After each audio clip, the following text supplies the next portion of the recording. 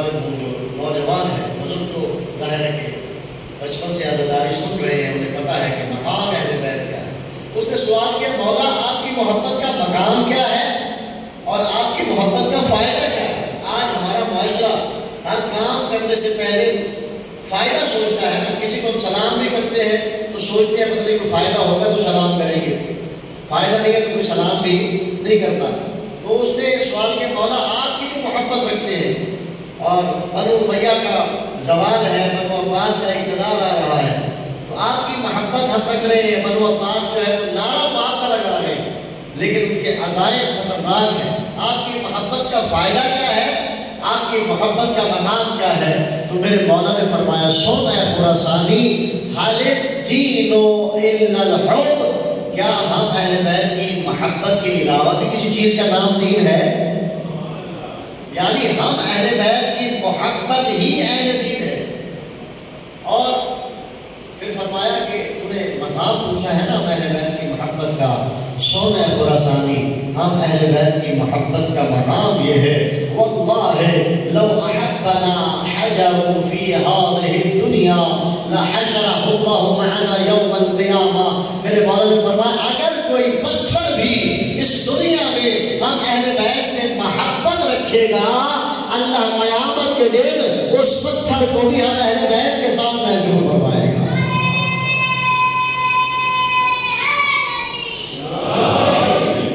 یعنی اہل بیت سے محبت فائدہ دیتی ہے۔ اور میں نے جو سردار کلام میں حدیث پڑھی ہے، حسین کی محبت فائدہ کیا دیتی ہے؟ ایسے ہی اس کا مقام ہے جیسے پانی کا زندگی کے ساتھ، حسین چراغ ہدایت، حسین سفینہ نجات ہے، یہ عزاداری حسین۔ دیکھیے ہمارا کوئی فوت ہو جائے تو بھی ہم مجلس حسین کرتے ہیں، ہمارے ہاں کسی کی شادی ہو تو بھی مجلس حسین ہے، خوشی ہے تو بھی مجلس حسین ہے، کوئی غم آ گیا تو مجلس حسین ہے۔ کیوں؟ وجہ کیا ہے؟ یہ آپ اور میں مجلس حسین نہیں کر رہے، یہ اس حدیث کی ہم تفسیر کے طور پہ اس فعل کو کرتے ہیں۔ وہ حدیث کیا ہے؟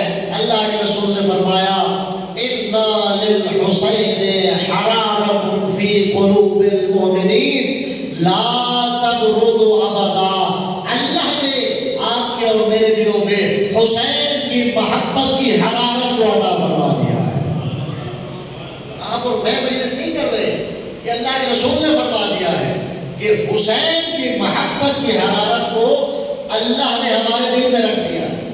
اور یہ محبت یہ نہیں ہے کہ 1 سال رہے گی، 10 سال رہے گی، 20 سال رہے گی، نہیں، فرمایا لا تبرد ابدا، جب تک حسین کا چاہنے والا زندہ رہے گا یہ حرارت بڑھ تو سکتی ہے، کم نہیں ہو سکتی ہے، یہ حرارت بڑھنے والی ہے اور ایک عزاداری کے ذریعہ سے اسے بڑھانا چاہیے۔ آیت اللہ سید مہدی بحر العلوم، آپ نے نام سنا ہوگا، بہت بڑے عارف و مجتہد و گزرے ہیں، اور بعض کتابوں میں عرفان کی کتابوں میں لکھا ہے کہ ان کی امام کے ساتھ ملاقات ہوتی تھی، تو میں نے پڑھا ان کی حالات زندگی میں کہ وہ عزاداری کے جلوس کے اندر آتے تھے اور آ کر جہاں سے عزادار گزر رہے ہوتے تھے تو ان کے قدم جس مٹی پہ لگتے تھے نا عزاداروں کے، وہاں سے کچھ مٹی اٹھا لیا کرتے۔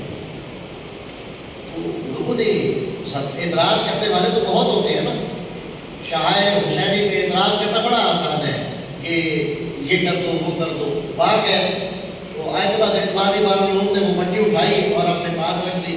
کسی نے آگے اعتراض کیا کہ آپ مجتہد ہیں، سید ہیں، عارف مجتہد ہیں، اور دنیا میں مشہور ہے کہ آپ کی امام سے ملاقات بھی ہوتی ہے، آپ کو کیا ضرورت ہے؟ ایک آدمی پتہ نہیں وہ کس انداز میں آ رہا ہے، کیسے آ رہا ہے؟ تو انہوں نے بڑا خوبصورت جواب دیا، کہا جی تم اس کے ظاہر کو دیکھ رہے ہو، میں اس عزادار کے باطن کو دیکھ رہا ہوں۔ ایک عزادار کا کتنا مقام ہے، اور حضرت امام جعفر صادق علیہ السلام سے روایت ہے، اس مجلس